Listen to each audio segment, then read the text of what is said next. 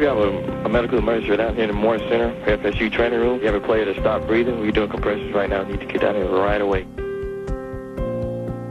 The fact that they ran the player to death. That's what I think. The fact that they ran the player to death. Has he got a pulse?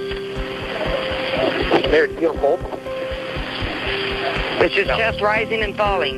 Is his chest rising and falling? Yeah. When they got to the north tunnel of the stadium, he became unresponsive. Emergency medical services were immediately alerted, and high-quality CPR was started and was carried out until emergency medical staff arrived.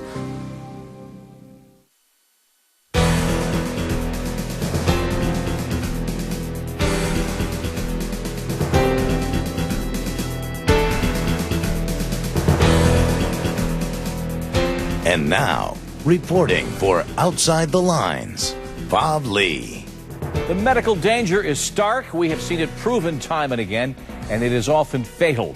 In the extreme physical exertion of football, particularly conditioning or preseason drills, a Division I college football player with sickle cell trait is 37 times more likely to die than a player without that trait. 37 times more likely. Sickle cell trait is found primarily among African Americans and then in 1 in every 12 persons. Heat stroke, muscle breakdown, sudden death, all of these things can occur in a horribly inevitable parade of complications for athletes with that trait.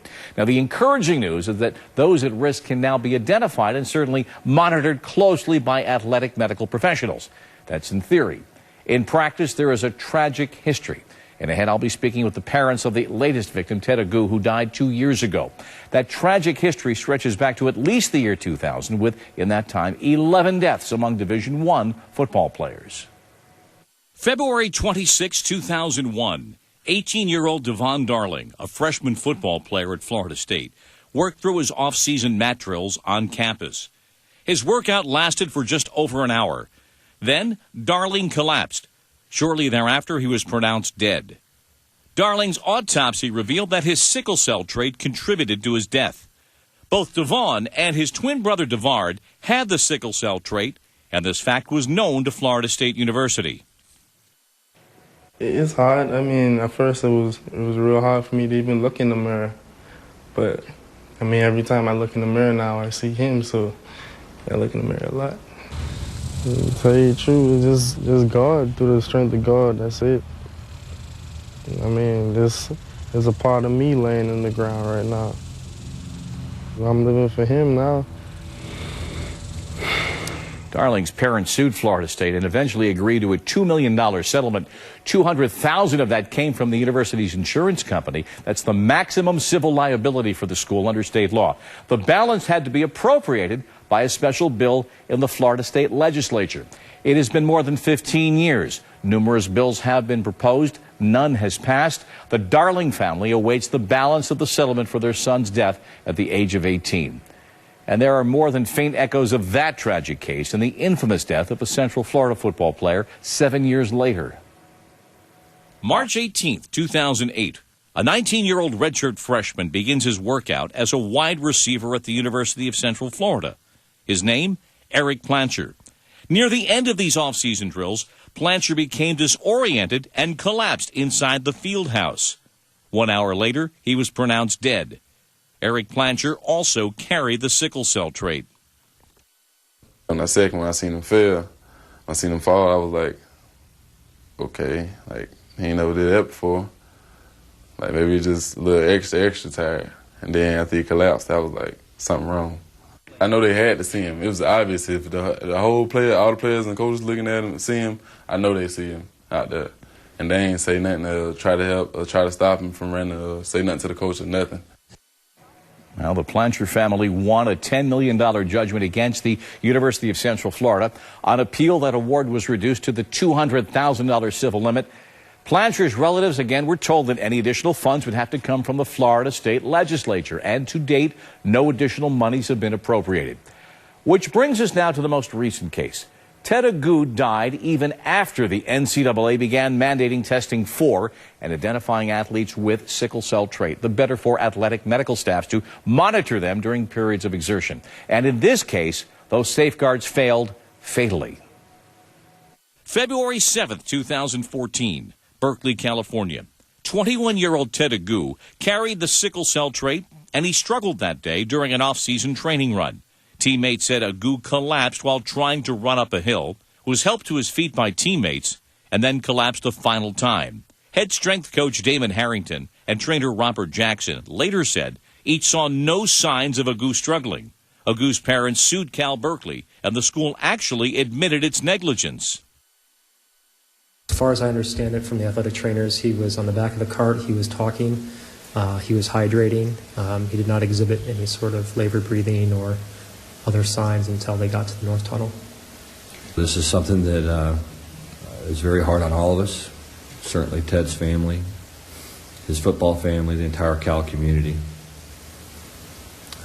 He'll be missed. He's what's good about college athletics and college football in particular. I mean, he was well loved by his players. I mean, by our players and his teammates, and as I said, he's exactly what you want from a young man. And the only thing that's keeping the shards of my heart in place is the fact that he knew that I knew him, that I loved him. He knew every day because I told him. He's pushed all of us to become a better person outside of football, especially. We don't want to be remembered for just football. Last week, the university settled that suit for $4.75 million. And it turns out that Robert Jackson, the Cal athletic trainer who oversaw Agu's final workout, was also present 6 years earlier at the practice in Florida where Eric Plancher collapsed and died. Just as the attorney who represented the Agu family has also represented the Plancher family in their action in Florida. Ted Agu's parents are Amelia and Ambrose Agu, and they join me now from Los Angeles along with their attorney, Steve Garrett. Thank you all for being here. I know it's a very difficult topic, and we're sorry for your loss. Amelia, if I can ask you, what do you believe the university's admission of negligence and this settlement, what does that represent to you? Well, to me, it represents that they failed to take care of my son, who has been working so hard for them for all 4 years he's been with them. And my son had trusted them. They knew very well that if they could have helped my son, then he would have survived. They were not prepared for emergencies. They did not even remember the fact that he has sickle cell trait, even though they knew quite well he has sickle cell trait. So they did not do enough to protect my son or to try to save his life. And so that's why they admitted that the negligence was there. Yeah. Bob, what they did do, if I can interject something, what they did do, unlike the University of Central Florida, which we tried a 3-week trial in Orlando about, what this university in California did do ultimately was the right thing. They took accountability, admitted responsibility, paid the parents at least a sum that was significant. No amount of money will bring that young man back, but more important than the money to the Agu family was the reforms that were initiated. And they undertook those reforms to prevent future sickle cell death, and that had not occurred since the Plancher death 6 years ago.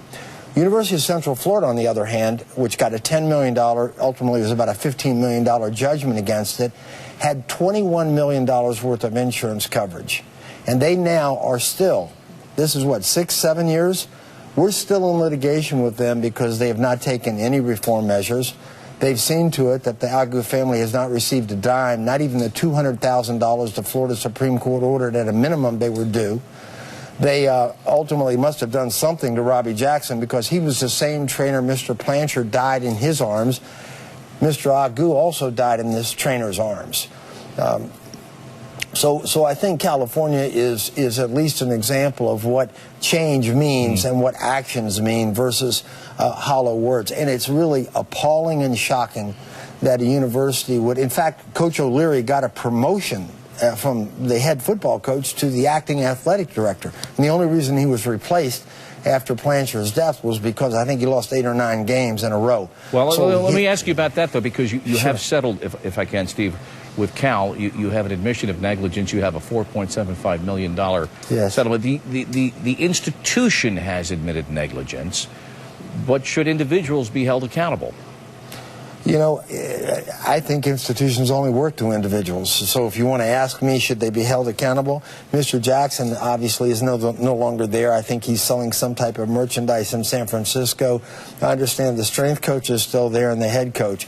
But that's a decision that Cal needs to make. If they want to take the reforms further, there's a gentleman that I've got to give some acknowledgement to, Dr. Randy Eichner, who was the head medical doctor at the University of Oklahoma. He's been probably the father of sickle cell trait awareness and preventative measures.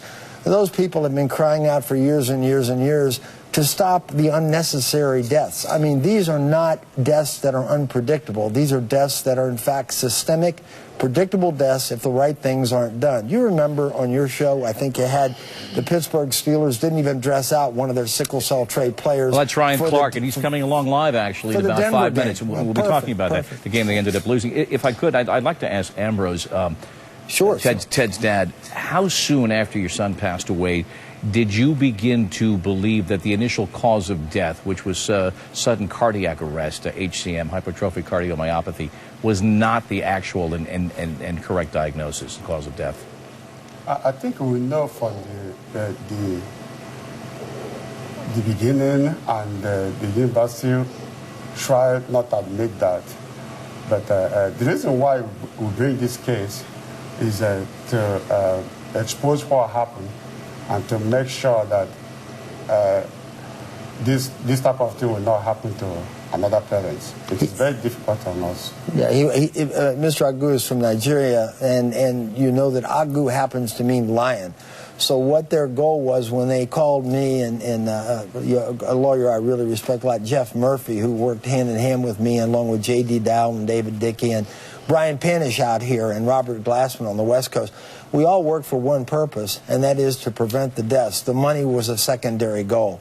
But I think what's important for you to really convey to the viewers is how many warnings do you need? How many young men have to die before the NCAA has made mandatory protocols? Adherence to those protocols stops the deaths. I mean, non-adherence causes the deaths. So it's a pretty simple thing, Bob, but it sure is heck become a very costly and very tragic thing. Amelia, if I could ask you, at what point in raising your son, was he diagnosed? Were you alerted as parents to the fact that he carries the sickle cell trait? I did not know that he has sickle cell trait. I don't know.